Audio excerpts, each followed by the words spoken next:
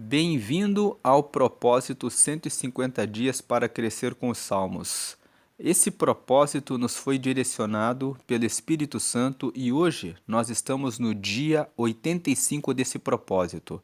O nome desse propósito é 150 dias para crescer com os Salmos, porque o livro de Salmos é formado por 150 salmos. Eu não vou dizer capítulo, você está vendo na tela, Salmos capítulo 85. Mas a realidade é que o livro de Salmos não tem capítulos.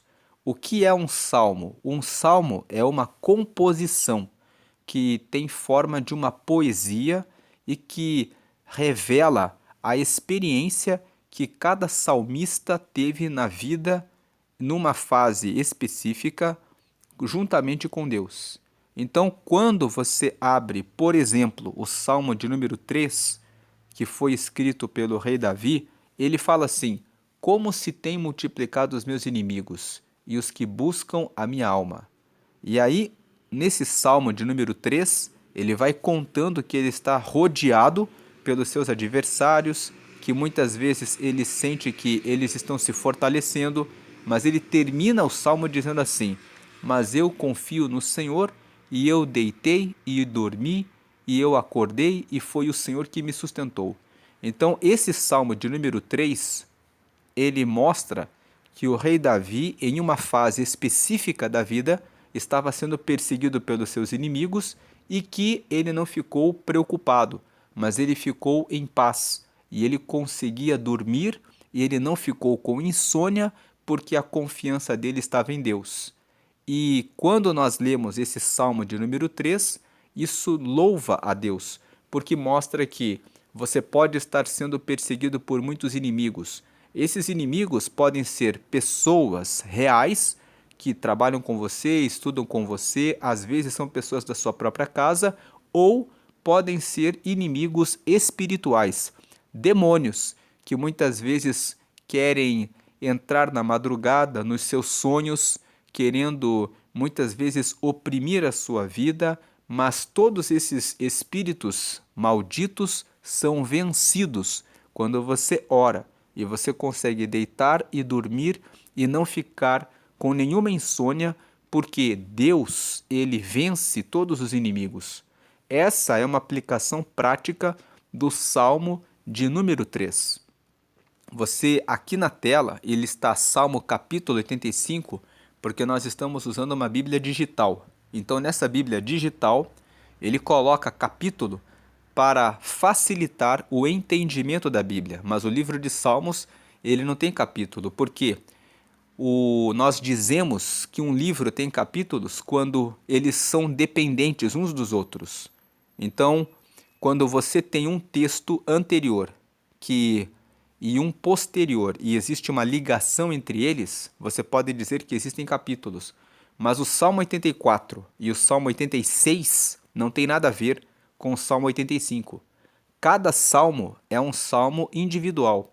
Cada salmo fala da experiência que aquele salmista, aquele autor daquele salmo teve com Deus em uma fase específica da vida dele, em que ele escreveu aquilo que ele estava sentindo, aquilo que ele estava vivendo, o desafio que ele estava passando e que inspirou aquele salmista a escrever aquele texto e que traz uma verdade espiritual que derrama luz, que traz luz para nós hoje, enquanto nós lemos esses salmos. Então, o livro de Salmos ele é uma coletânea, é uma coleção em que o povo hebreu reuniu os textos de vários autores que escreveram as suas orações, os seus louvores, os seus dramas, as suas angústias, as suas tristezas, as suas frustrações a respeito da vida e como eles levaram essas situações para Deus. Pessoas que cometeram pecados graves, como adultério, homicídio, que tiveram inveja e que depois falaram com Deus e que Deus deu orientação para eles. E isso ficou registrado no livro dos Salmos, e quando nós lemos cada salmo por dia, nós recebemos uma experiência nova no nosso relacionamento com Deus. Por isso que o nome desse propósito é 150 dias para crescer com os salmos. Você lê um salmo por dia e aprende uma lição que aquele salmo nos apresenta naquele dia, e com isso nós recebemos um crescimento no relacionamento com Deus. Aprofundamos o nosso relacionamento com Deus. E o fato do livro de Salmos ter 150 composições nos dá uma chance, uma oportunidade de ficarmos bastante tempo com Deus. São 5 meses. Nós ficamos 150 dias. Quando colocamos o propósito de meditar em Salmos 2 vezes no ano, nós já cobrimos 300 dias do ano. O livro de Salmos é um bom alicerce, um bom fundamento para buscar o relacionamento com Deus. E hoje que nós vamos ler o Salmo 85, quando você quer falar de um salmo só, diga no singular, Salmo 85. Salmos no plural é o nome do livro, da reunião de todos os salmos. Então, Salmo 85 ou o Salmo de número 85, que significa que é o salmo que está na posição 85 dentro do livro, nos fala que Deus, ele não quer nos castigar para sempre. Deus deseja o nosso bem. Deus, ele nos castiga, mas depois do castigo, ele nos abençoa. Porque Deus nunca quer nos castigar, porque ele é um Deus que é sádico, que tem prazer em ver os seus filhos sofrendo, mas ele tem prazer em ver os seus filhos se arrependendo e se voltando para ele. Porque quando nós nos arrependemos e nos voltamos para ele, ele nos trata como filhos e ele nos abençoa. O Salmo 85, ele foi escrito pelos filhos de Corá. Os filhos de Corá eram descendentes de Corá. Você vê a história de Corá no livro de Números, lá no capítulo 16. Ele errou com Deus, ele foi um sacerdote que errou, mas os filhos dele, depois eles se arrependeram e eles escreveram os Salmos 42 até o 49 e escreveram os Salmos 84, 85 e 87. Então, eles escreveram esses salmos. Eles são os autores do Salmo 85. E esses filhos de Corá, significa que eles eram descendentes de Corá, eles viveram ao longo dos séculos, e aqui, no Salmo de hoje, o contexto que eles estavam vivendo era o contexto do retorno do povo de Israel da Babilônia para Jerusalém. Então, houve um tempo em que o povo de Israel foi levado como escravo para a Babilônia, e eles ficaram 70 anos como escravos na Babilônia. Depois de 70 anos, Deus fez com que o povo fosse liberado da escravidão e eles voltassem para as suas terras, voltassem para Jerusalém.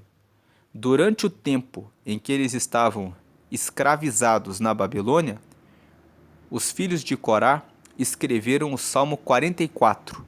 O Salmo 44 fala: o Senhor nos tem castigado, o Senhor nos colocou no cativeiro, o Senhor nos deixou em escravidão, em vergonha. Mas o Senhor nos castigou para nos trazer, nos chamar ao arrependimento. Então, no 44, eles estão falando a respeito do cativeiro. Aqui no 85, os filhos de Corá estão falando que o Senhor já os abençoou, que o Senhor já os livrou, que o Senhor já os tirou do cativeiro. E no Salmo 85, quando eles voltaram do cativeiro para Jerusalém, se você ler o livro de Ageu, você vai ver que o povo, logo que voltou da escravidão, tudo estava destruído. Então levou um tempo para eles ficarem animados. Quando eles voltaram para suas terras, a primeira impressão que eles tiveram era a impressão de que tudo estava perdido. Então eles ficaram tristes. E esse Salmo 85 tem uma segunda parte em que ele fala assim: até quando o Senhor vai continuar irado conosco? Porque eles sabiam que eles tinham ido para o cativeiro pela desobediência. Quando você lê o livro do profeta Jeremias, Jeremias foi um profeta que Deus levantou para dizer para o povo: arrependam-se, parem de adorar outros deuses, adorem somente ao verdadeiro Deus, e vocês não serão castigados. Mas o povo disse para Jeremias: nós vamos adorar outros deuses. E inclusive prenderam Jeremias, colocaram ele numa masmorra e teve até um profeta que deu um soco em Jeremias. E Jeremias foi muito maltratado porque diziam que ele estava entregando um recado que não era de Deus. Mas no final, a palavra que o profeta Jeremias entregou se cumpriu. De fato, eles foram escravizados e ficaram 70 anos como escravos. Depois que eles foram escravizados, Deus usou o profeta Jeremias para dizer para o povo: fiquem em paz, plantem as suas vinhas, vivam um dia de cada vez, vivam com esperança, porque o Senhor tem bons pensamentos a respeito de vocês, e Ele vai tornar a trazer vocês para a terra de vocês. Depois do castigo, vocês vão receber a bênção mais uma vez. Então, enquanto vocês estiverem no cativeiro, não se preocupem com o futuro. O melhor que vocês podem fazer enquanto estão no cativeiro é viver as suas vidas em paz, se arrependendo dos pecados para se prepararem para o tempo da bênção. Jeremias disse isso. Você pode ver essas palavras no capítulo 29 do livro de Jeremias. Lá no versículo 11 está escrito: porque eu, o Senhor, bem sei os pensamentos que tenho sobre vós, pensamentos de paz, para vos dar o fim que esperais. Então Deus estava dizendo para o povo: eu sei o que eu penso a respeito de vocês. Eu penso em trazer a paz. Eu penso em trazer o bem para vocês. Vocês vão receber o bem de volta. Por enquanto, enquanto vocês estiverem aí no cativeiro, plantem as vinhas de vocês. Vivam um dia de cada vez. Vai chegar o tempo em que o cativeiro vai terminar. Foi isso que Jeremias disse para o povo. Então, quando eles voltaram, aí os filhos de Corá escreveram esse salmo de hoje, o Salmo 85. Vamos ler aqui, versículo 1. Abençoaste, Senhor, a tua terra. Fizeste regressar os cativos de Jacó. Então veja, é aqui que nós vemos que o contexto é de um regresso. Ele está falando aqui: abençoaste, Senhor, a tua terra.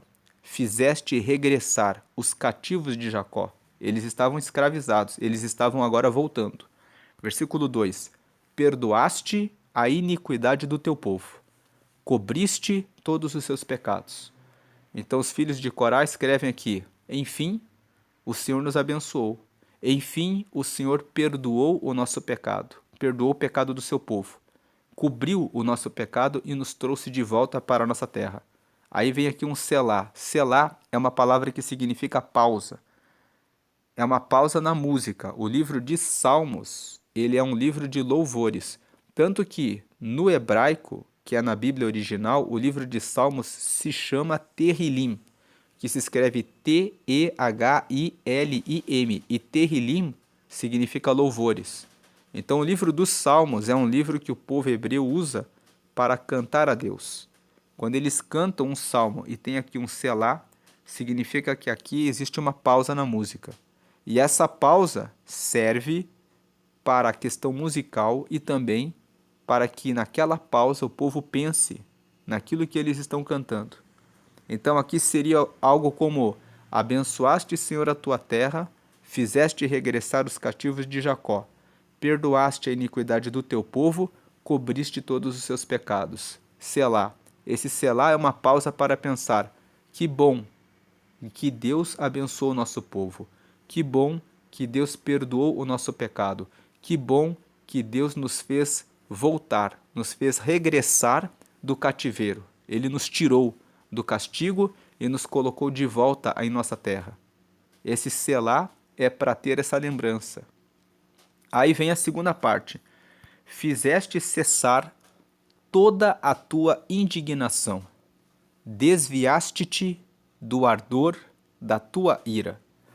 Versículo 4. Torna-nos a trazer, ó Deus, da nossa salvação, e retira de sobre nós a tua ira. Então ele está dizendo no versículo 3, o Senhor cessou da sua indignação. O Senhor desviou o ardor, o fogo da sua ira. Então, se o Senhor cessou na sua indignação e desviou o fogo da ira, versículo 4 tem um pedido: torna-nos a trazer, ó Deus da nossa salvação, e retira de sobre nós a tua ira. Ou seja, torna-nos a trazer para a nossa terra. Versículo 5: estarás para sempre irado contra nós? Estenderás a tua ira a todas as gerações? Eles ficaram 70 anos no cativeiro. Então, quando os filhos de Corá retornam, eles estão escrevendo aqui: será que o Senhor vai ficar para sempre nos castigando? 70 anos, o Senhor vai castigar as próximas gerações? Aqui eles estavam em dúvida, porque quando eles voltaram para Jerusalém, tudo estava destruído. Então eles estão olhando aquela destruição e pensando: quando que o Senhor vai derramar bênçãos para nós conseguirmos nos reerguer e voltarmos a ficar bem? Aí versículo 6: não tornarás a vivificar-nos para que o teu povo se alegre em ti? Veja que ele faz justamente essa pergunta. O Senhor não vai voltar a nos vivificar, a nos dar vida, para que o teu povo se alegre em ti? A gente vai continuar aqui nessa situação difícil? Versículo 7. Mostra-nos, Senhor, a tua misericórdia e concede-nos a tua salvação. Então ele faz um pedido, que o Senhor dê vida para eles, que ele mostre a misericórdia dele. O que é misericórdia? Misericórdia é uma palavra formada por duas: miséria e cordes. Cordes quer dizer coração. Então Deus ele tem coração, nós carregamos as misérias.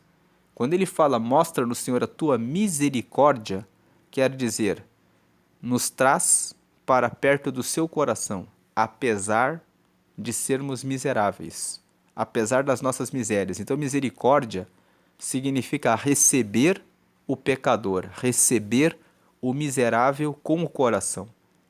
Deus recebe a nós, que somos os miseráveis, com o coração dele, manifestando a misericórdia.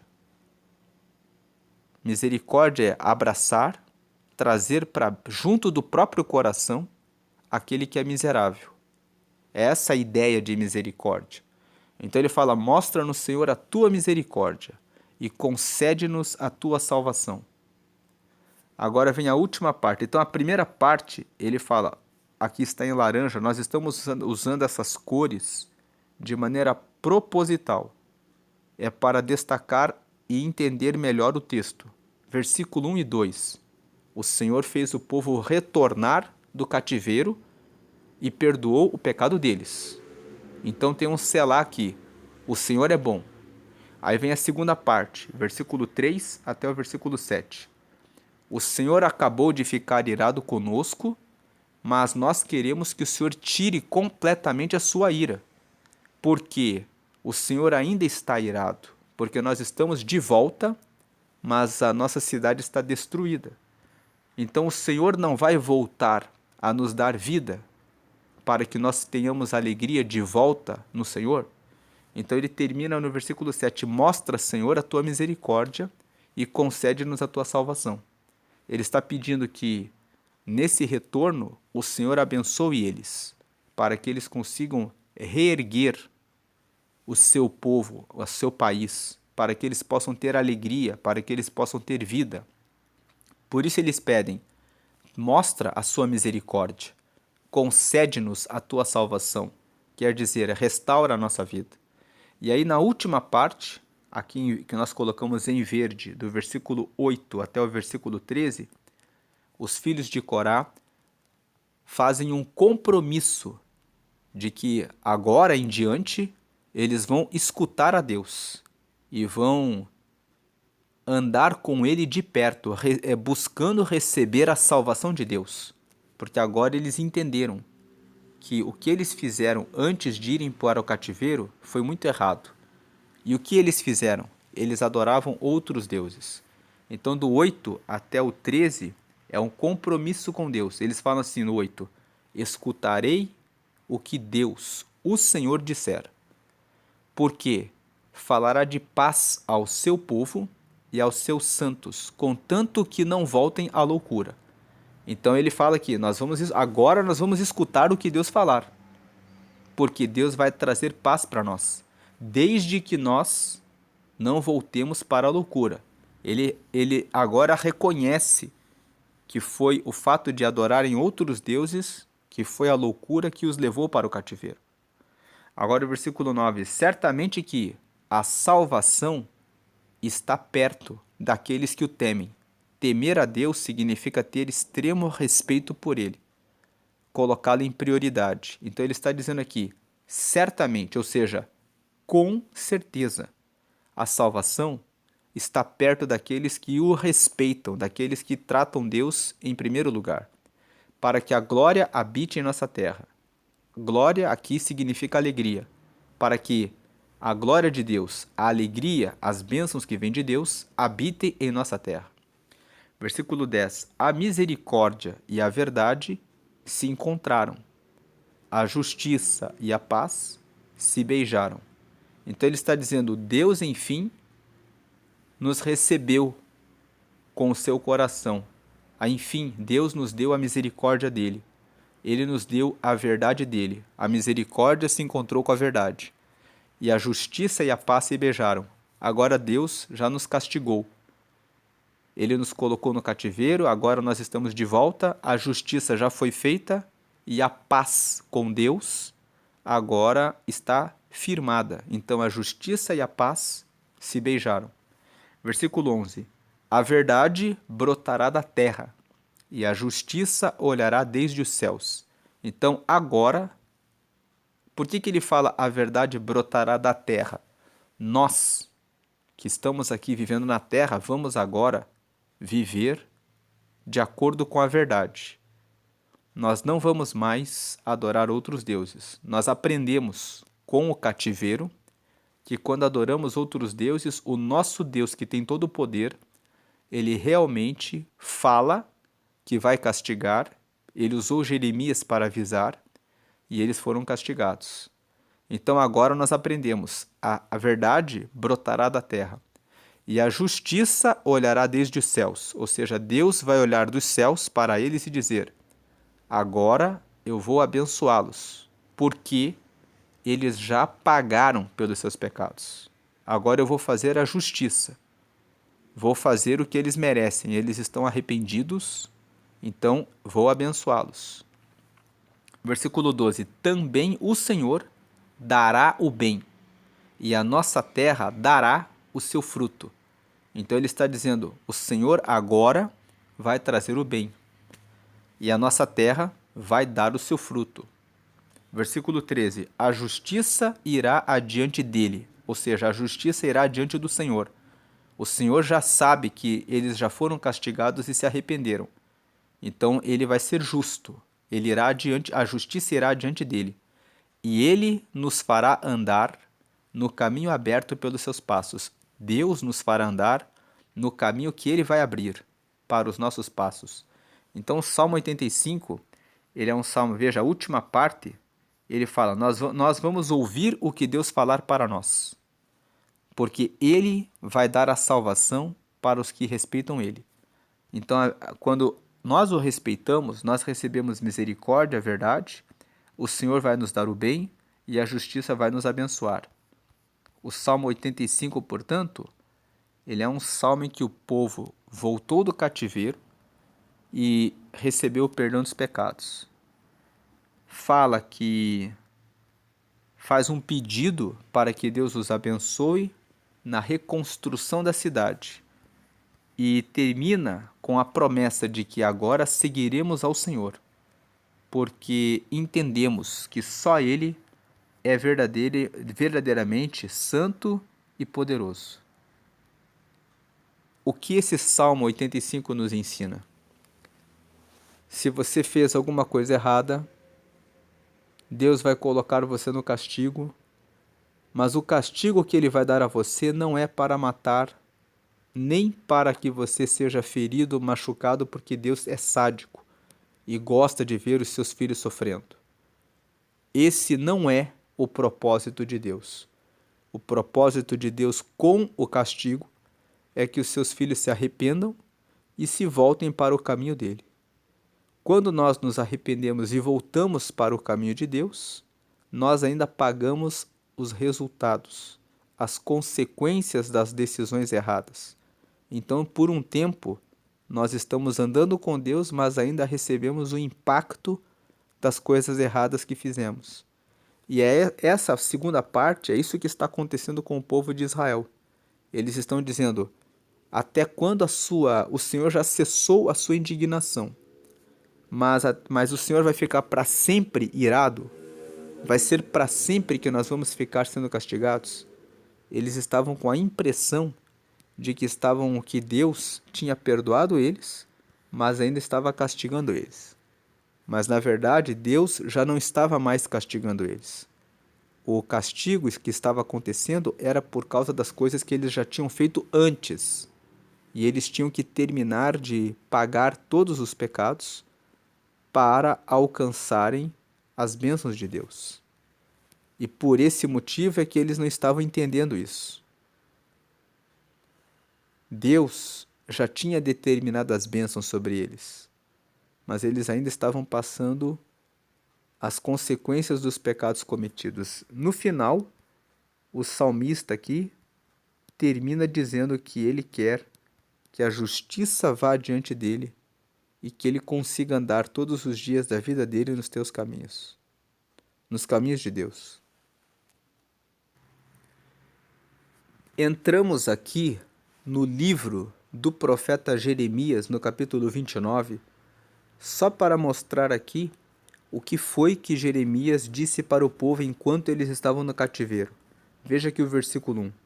E estas são as palavras da carta que Jeremias, o profeta, enviou de Jerusalém ao resto dos anciãos do cativeiro, como também aos sacerdotes e aos profetas e a todo o povo que Nabucodonosor havia transportado de Jerusalém para a Babilônia.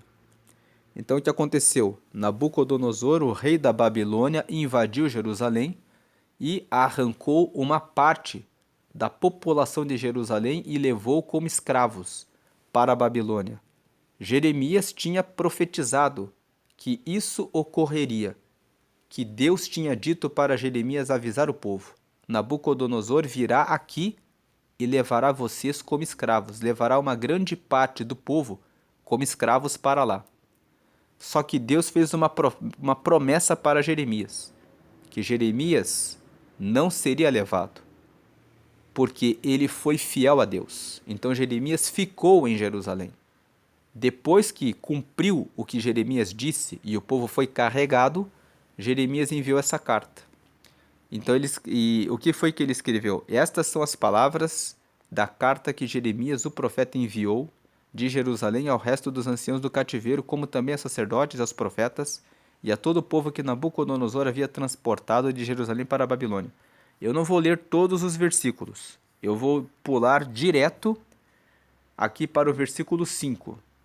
Olha o que ele falou para o povo: edificai casas e habitai-as, plantai jardins e comei o seu fruto. 6. Tomai mulheres e gerai filhos e filhas. Tomai mulheres para vossos filhos e dai a vossas filhas a maridos, para que tenham filhos e filhas, ou seja, para que tenham netos. Multiplicai-vos ali e não vos diminuais. 7. Procurai a paz da cidade, para onde vos fiz transportar, e orai por ela ao Senhor, porque na sua paz vós tereis paz. Deus estava dizendo: vocês estão aí como escravos, mas edifiquem casas, vivam em paz aí, casem-se, tenham filhos, tenham netos, procurem ter paz aí onde vocês estão, porque se tiver paz, vocês vão ter paz. Aí versículo 8, porque assim diz o Senhor dos Exércitos, o Deus de Israel: não vos enganem os vossos profetas que estão no meio de vós, nem os vossos adivinhos, nem deis ouvidos aos vossos sonhos que sonhais. 9. Porque eles vos profetizam falsamente em meu nome. Não os enviei, diz o Senhor. 10. Porque assim diz o Senhor: certamente que, passados 70 anos na Babilônia, vos visitarei e cumprirei sobre vós a minha boa palavra, tornando-vos a trazer a este lugar. O que aconteceu? Alguns profetas não queriam ficar como escravos na Babilônia. Então eles estavam dizendo para o povo: façam rebelião aqui, façam revoltas aqui, porque nós vamos voltar para Jerusalém agora. E Deus usou Jeremias para dizer: fiquem em paz aí, se conformem com o fato de que vocês estão escravos aí. Vocês estão sendo castigados. Vai ter o tempo que vocês vão voltar, mas não vai ser agora. E aí Deus mandou Jeremias avisar o povo: não escutem os falsos profetas. Eles estão dizendo que vocês vão receber bênçãos, mas vocês não vão receber bênçãos agora. Vocês estão aí no cativeiro para ficarem como escravos. E esse tempo de escravidão é de 70 anos. Veja que ele falou aqui no versículo 10. Porque assim diz o Senhor: certamente que, passados 70 anos na Babilônia, vos visitarei e cumprirei sobre vós a minha boa palavra, tornando-vos a trazer este lugar. Aí vem o versículo 11 ao 13, fala assim: porque eu bem sei os pensamentos que penso de vós, diz o Senhor, pensamentos de paz e não de mal, para vos dar o fim que esperais. Versículo 12: então me invocareis, e ireis, e orareis a mim, e eu vos ouvirei. Deus está dizendo: depois do castigo, aí eu tenho bons pensamentos para vocês. Eu vou castigar vocês. E depois vou trazer vocês de volta. E aí, então, depois que vocês tiverem pagado o resultado dos pecados, vocês vão me invocar, e vocês vão vir, e vão orar a mim, e aí eu vos ouvirei. Versículo 13: e aí buscar-me-eis e me achareis, quando me buscardes de todo o vosso coração. Então, esse é o contexto do Salmo 85. O Salmo 85 é quando eles retornaram. E aí nós lemos ali: abençoaste-nos, Senhor, o Senhor cobriu os nossos pecados.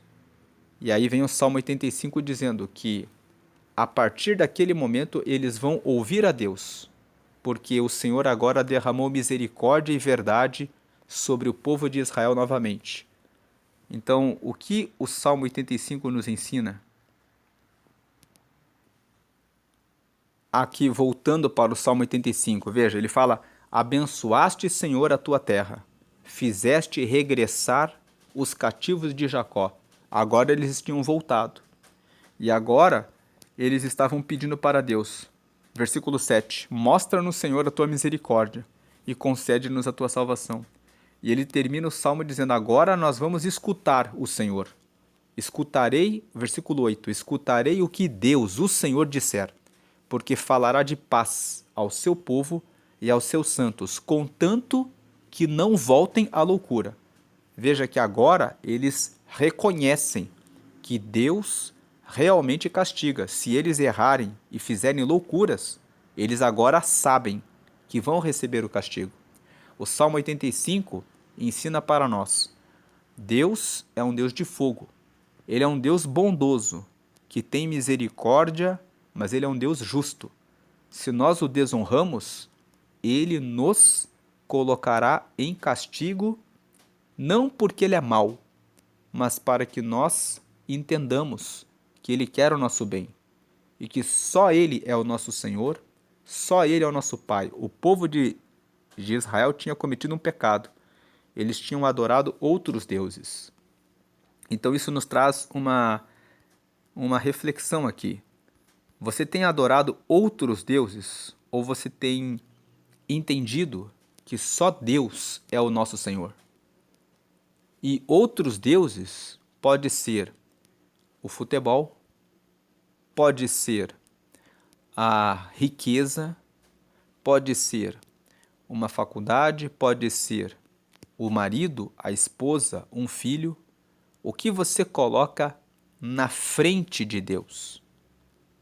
Deus deve ser a nossa prioridade. Ele está em primeiro lugar, acima de tudo. Depois vem a nossa vida, o relacionamento com Ele. Depois vem o marido ou a esposa, porque o marido e a esposa são uma só carne. Então, vem o marido e a esposa e depois vem os filhos. Tem muita esposa que coloca o filho antes do marido. Mas primeiro vem o marido, porque ele com você são um só. E aí depois vem os filhos. E aí depois com os demais. E todas as outras coisas ficam abaixo da grandeza e da glória de Deus. E o Salmo 85 fala: se eu erro ou peco, Deus vai ser justo e vai colocar o castigo. Mas depois que nos arrependermos, Ele vai nos abençoar e nos trazer de volta. E se nós estivermos arrependidos, nós iremos a Ele e oraremos a Ele, e Ele nos ouvirá. E nós buscaremos e nós o acharemos quando buscarmos a Ele de todo o nosso coração, como nós lemos lá em Jeremias, no capítulo 29, no versículo 13. Essa é a meditação e esse é o ensinamento de Salmo 85. Deus é bom, Deus nos castiga e quer a nossa correção porque Ele nos ama.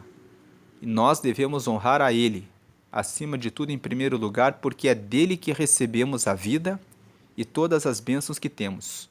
E os pensamentos que Deus tem sobre nós são pensamentos de paz para prosperarmos. Ele é o nosso Pai, Ele quer o nosso bem. Ele tem misericórdia, Ele tem verdade e Ele tem justiça para todos nós. E se você lembrou agora que tem priorizado outras coisas e tem cometido esse erro, esse pecado de deixar Deus para depois, você pode pedir perdão agora. E se você tem vivido uma vida em que você só prioriza você mesmo, você mesma, e você nunca aceitou a Deus, nunca entregou a sua vida para Deus, hoje você tem essa chance de reconhecer que Deus tem que ser a sua prioridade. Para onde vai a sua alma depois que você morrer? Aqui na terra, você vive, mas depois que você morrer, a sua alma vai continuar viva, mas ela vai ou para o céu ou para o inferno. Para entrar no céu, tem uma condição: receber a Jesus e ter seguido a Ele aqui na terra. Então, se você quer estar com Deus, se você morrer agora ou amanhã, estar pronto para estar com Deus, faça essa oração comigo: receba Jesus. Diga assim: quando você recebe Jesus, você recebe o perdão dos pecados, número 1. Número 2, você se torna filho de Deus. Número 3, você recebe o nome escrito no céu, no livro da vida. E número 4, você recebe o Espírito Santo, que é o próprio Espírito de Deus morando em você, que vai falar para você como andar no caminho correto para chegar até o céu enquanto você estiver aqui na terra. Você recebe essas 4 bênçãos. Primeiro, perdão dos pecados. Segundo, se torna filho de Deus. Terceiro, recebe o nome escrito no céu, no livro da vida. 4, recebe Espírito Santo, que te dá força para chegar até o céu. Então, se você quer essas bênçãos, faça essa oração comigo, diga assim: Senhor Jesus, eu te recebo agora como meu único e suficiente Salvador. Perdoa todos os meus pecados, escreve o meu nome no céu, no livro da vida, e me dá o teu Espírito Santo para me guiar aqui na terra até chegar no céu. Em nome de Jesus, amém.